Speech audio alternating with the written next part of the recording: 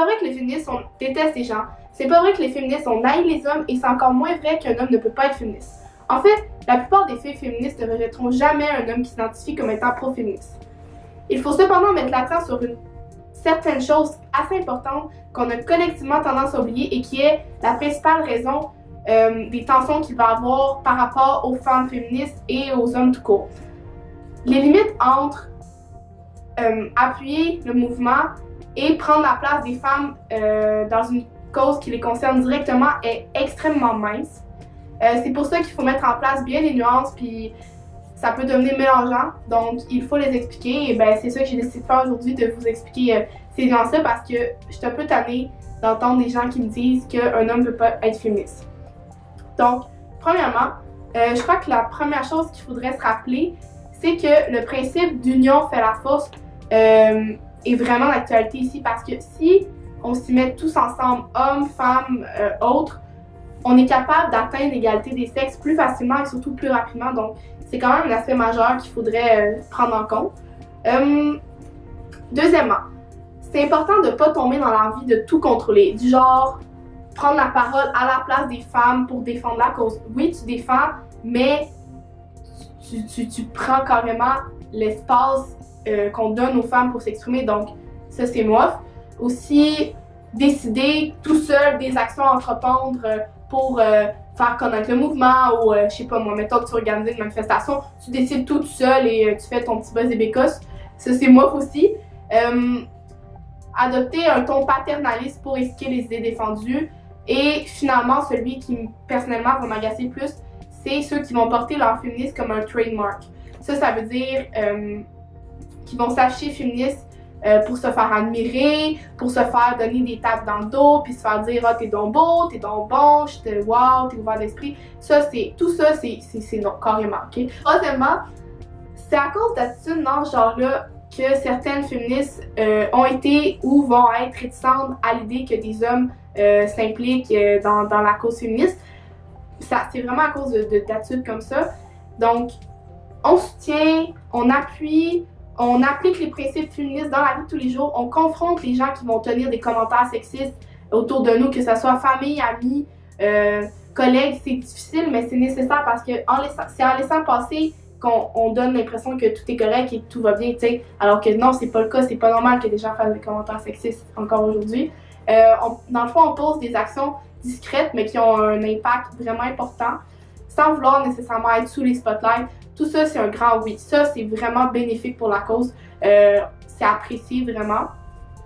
Donc, quatrièmement, pour résumer tout ce que je viens de vous dire, il faut pas oublier qu'un homme qui s'affiche féministe, pour nous, pour les féministes, pour le mouvement, on considère ça seulement comme une personne de plus qui est pour la défense, qui est pour le fait que les femmes aient le même droit et liberté que les hommes. C'est simple, on voit ça comme un humain de plus et c'est très apprécié. Dans le fond, toute aide est appréciée parce que je sais que certains peuvent avoir l'impression que les féministes, c'est comme une secte, mais pas du tout. Comme je l'ai montré dans le segment 1, c'est très inclusif. Et d'avoir des gens de partout, de toutes les origines, de tous les sexes qui aident la cause, c'est toujours apprécié, tu sais. Donc, dans le fond, il faut juste s'y prendre comme il faut et surtout s'impliquer pour les bonnes raisons. Donc, voilà pour les petites nuances que je voulais amener. Mais, tu sais, moi, j'ai fait de la recherche pour ce projet, pour ce segment-ci. Donc, c'est beaucoup de la théorie que je vous dis en ce moment. Mais je voulais savoir, en pratique, sur le terrain, est-ce que c'est vrai qu'un homme peut être féministe? Est-ce que c'est vrai que c'est possible de s'impliquer et d'appuyer le mouvement sans être all over the place? Donc, pour savoir ça, pour peaufiner ma recherche, je suis allée chercher des réponses auprès d'un de mes humains préférés.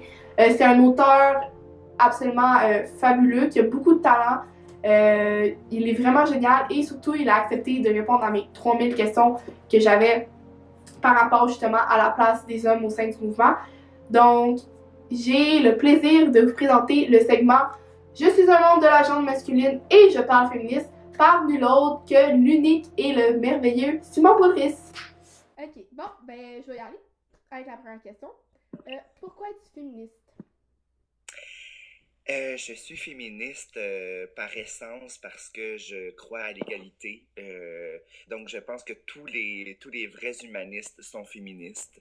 Si on croit que les chances doivent être égales, que pour moi, ça va de soi être féministe. Ça va de soi d'offrir des chances égales à tout le monde dans la vie et d'être à l'affût de tout ce qui est injuste. Donc, j'essaie toujours de porter attention à ce qu'il y a une équité à tous les paliers de ma vie. Dans mes livres aussi, j'essaie en fait, c'était pas prémédité au départ, puis c'est après que j'ai réalisé que la plupart de mes personnages sont féministes. Les filles ont souvent une posture féministe ou des activités qui sont parfois qui sont plus léguées aux garçons. Et les garçons, moi, dans mes livres pour enfants, font un peu l'inverse, sont plus dans la vulnérabilité. Je pense que c'est peut-être un retour du balancier que j'ai créé de façon assez instinctive. Et c'est avec un recul que j'ai perçu ça de ce que j'avais écrit. Ok, Je trouve que je me suis précisé en tant que féministe. ouais, Je fais de façon instinctive, mais plus je me documente et plus je lis et plus je vois les iniquités, entre autres salariales. C'est un excellent exemple. Là. Euh, plus tu t'informes, plus je pense que tu te dois de devenir féministe parce que tu réalises exactement. à quel point qu'il y a plein de choses qu'on voit pas. Euh, Souvent, en tout cas, il y a sur lesquelles on connaît tout le temps notre première réalité à nous. Tu sais, c'est un petit cercle concentrique, puis après ça, ça sauve, puis tu fais, hey boy, il y a d'autres gens qui sont Oui, touchés. Les... exactement. Selon toi, comment un homme, en général, peut se positionner par rapport à la cause féministe aujourd'hui? Donc, selon Ben, les barrières. il peut se positionner à plusieurs niveaux, je pense, en intervenant quand il réalise qu'il y a une iniquité. Je pense que du moment qu'on sent qu'il y a du favoritisme ou euh, je pense qu'il faut toujours revoir, il faut se questionner tout le temps. Je trouve qu'on n'a pas le réflexe. On prend tout le temps pour acquis qu'on est une bonne personne. Ce qui est pas faux. Je pense qu'on est intrinsèquement, généralement, une bonne personne. On a notre propre barème de, tu sais, nous, on a nos critères pour évaluer je suis une bonne personne. Mais moi, je considère, comme tout le monde, que je suis une bonne personne. Et malgré ça, parfois, j'ai pas toujours les meilleurs réflexes.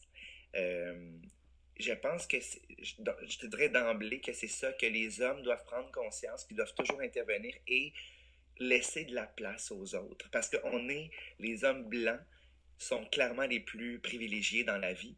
Donc, quand tu as une posture de privilégié, ton travail, c'est de le reconnaître, Mhm. de partager cette tribune-là.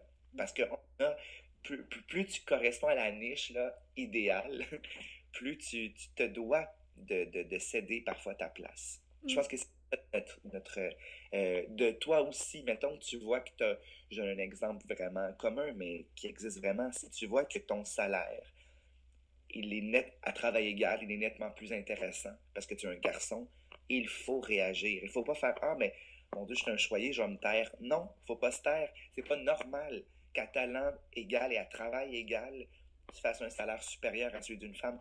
Donc c'est des petits détails qui s'accumulent et je pense que le travail de l'homme, c'est d'intervenir.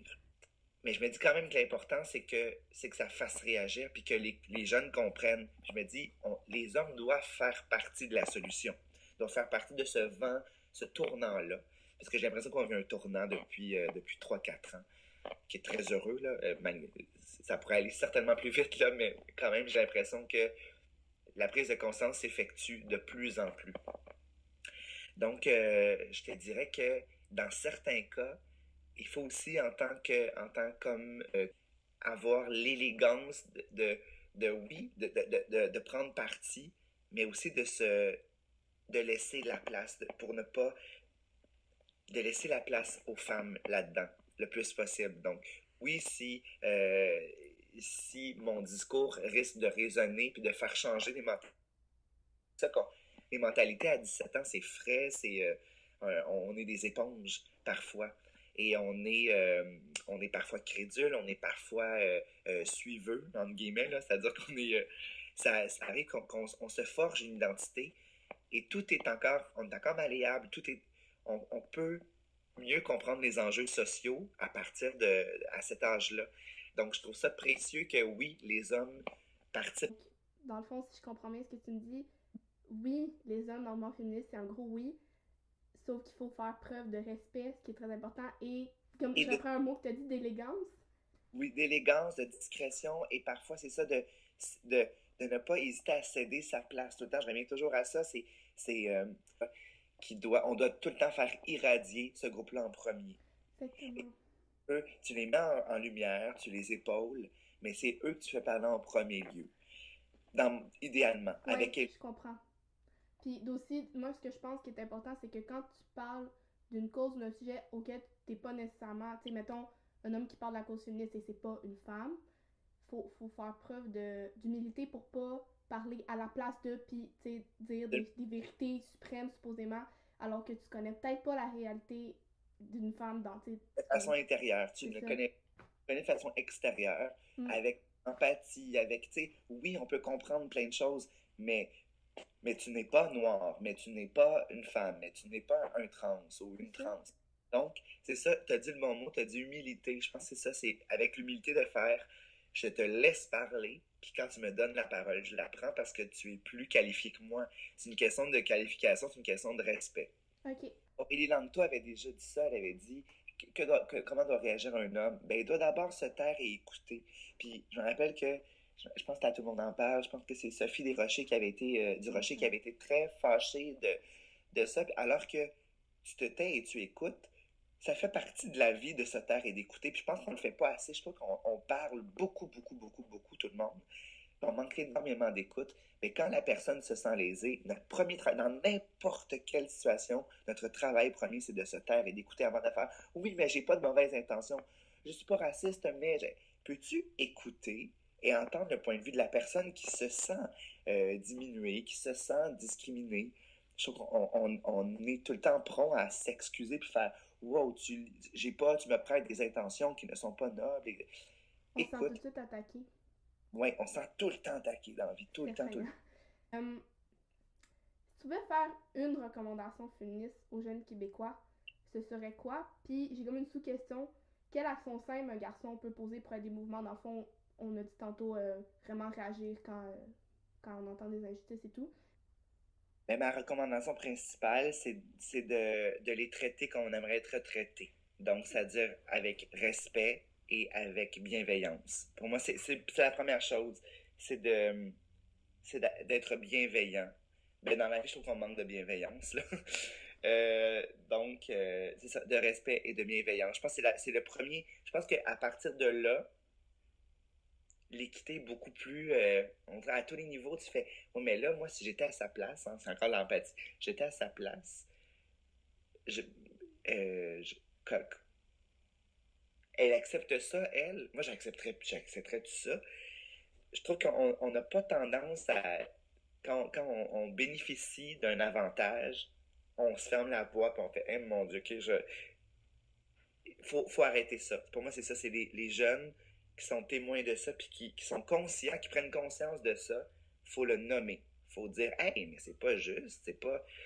Donc, c'est ça. Traiter avec bienveillance, c'est bon, pour moi, c'est la première chose, et avec empathie. Faire déployer son empathie le plus possible. On a tous le pouvoir, tous les hommes blancs et hétérosexuels ont, genre, le package deal pour avoir une tribune. Je dis pas que pour eux, tout est parfait, là, Non, non, vraiment. non, vraiment pas, c'est pas ça le point, mais On est d'accord là-dessus, puis il y a aussi, il y a plein d'autres impondérables là-dedans, là, mais c'est quand même ceux qui généralement bénéficient de la plus grande tribune. Mais que quand tu jouis d'une tribune, que tu puisses déplacer le follow spot sur des gens qui ne l'ont pas et qui sont dans une posture moins heureuse que toi. ok, ouais. Puis merci vraiment beaucoup pour ta participation, ta collaboration.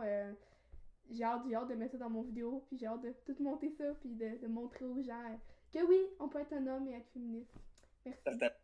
ça me fait vraiment plaisir, Alice.